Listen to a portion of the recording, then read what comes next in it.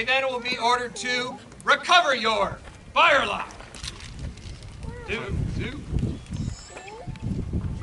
Open your pans. Bringing the weapon with their muzzle at the hat height, they throw their pans open, keeping their thumb on their hammers, and then they can be ordered to handle the cartridge. Grabbing that cartridge out, bringing the cartridge up to their mouth, they'll then be ordered to open the cartridge. Tearing that cartridge with a nice swift movement open, they hold the cartridge next to the pan so they can prime. Shaking a little bit of that black powder into their pans, taking their pinky and ring finger behind the hammer so that they can then shut pans. 1, 2, and then they cast the weapon by pushing the butt down, cast the weapon about their body, holding the cartridge next to the muzzle so they can load with cartridge. Pouring the powder down the barrel, they press the musket ball into the end of the muzzle. Starting their ramrods out of their loops, they'll then be ordered to draw your rammers. They do this together, flipping the ramrod around, shortening it on their waist belts, starting the rammer on top of the cartridge so they can then ram down cartridge. Throwing that ramrod down the breech, seating everything to the breech of the musket, bringing the rammer back into the loops under the gun. With their forefinger, they will get the order to return your rammers, coming right up to the position with the lock to their belt. And then it'll be ordered to shoulders. Bringing the weapon to the shoulder, these men are loaded. Now what's great about these two ranks of soldiers is that when we go to fire, each rank has a very specific job they're going to have to do to safely fire. Upon the order to make ready, 1, 2, 1, 2, the front rank man drops to his knee, kicking his right foot back, cocking his weapon as the butt of it hits the ground. The rear rank, at the recover, they cock their weapons and take a step back 18 inches so that the front rank's man's foot will have enough room to clear. From here, they'll be ordered to present. Oh, I see. All the muzzles clearing the men. They'll then wait for the order to draw the trigger. All firing together. They then snap right back to the position so that they can, in battle, get the order to prime and load. Loading in about 10 to 15 seconds. Still using this exercise that they've trained in so that they can do this together without bumping into one another. Yeah. Now in 1759, General Amherst noted that these soldiers are to practice platoon firing. I'm going to throw a question out there to you. A British regiment has 10 companies. Well, 12 technically, but 2 are on recruiting duty.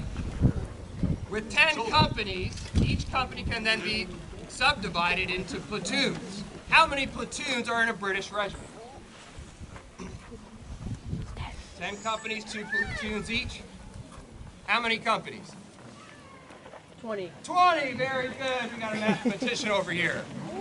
20 companies, or 20 platoons.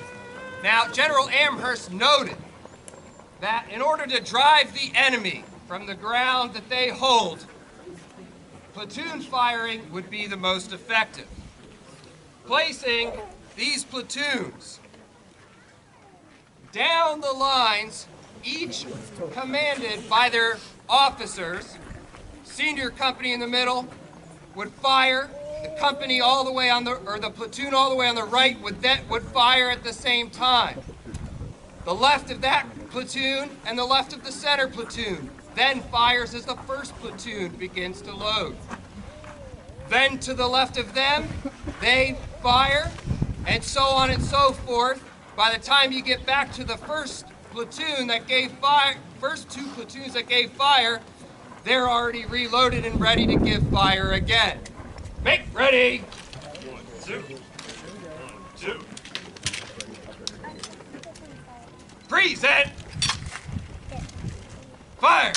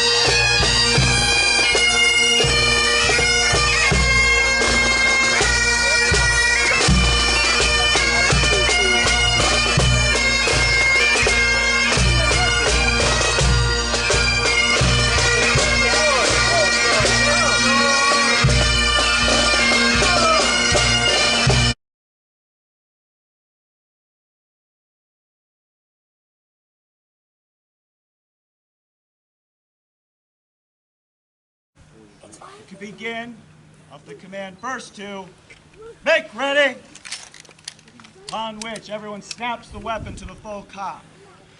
Front rank men, who are actually the middle rank men of the official exercise, they would take a small step, merely 3 inches over to the right.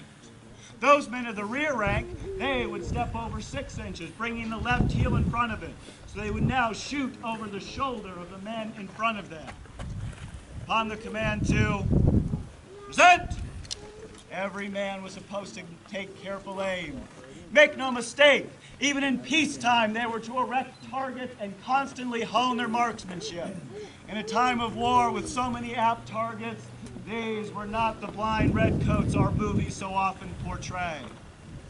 They would aim quietly, patiently. The order to fire! The weapon snaps back down to this position so they can half-cock, firelock.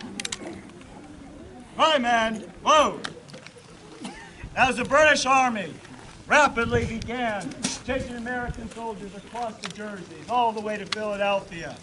Indeed, even regular battalion soldiers were taught the basic movements of how to fight like light infantry, relying upon their marksmanship, relying upon the soldier in the same file. They, with teamwork, can keep up a rolling fire upon the enemy. Take care to fire by files. Make ready. And rather than waiting for a single order to shoot, instead, you'll begin working together as calm, disciplined, professional soldiers upon the command, commence firing. On which the man in front quickly takes his shot, stepping right back behind the man behind him, who steps up immediately, taking careful aim upon his target. That man in front, as soon as he knows that the man behind him is in fact reloaded, he takes his careful aim shot, and the man behind him steps out of place, and they begin this sequence over and over again. So within every single file, at every single moment, at least one soldier is constantly loaded. This, with soldiers who fire 46 times every minute, provides a withering fire.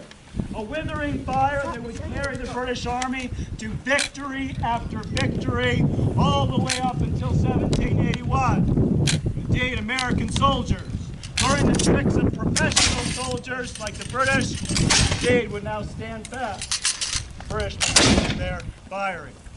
They would keep this up until they got the command to cease fire.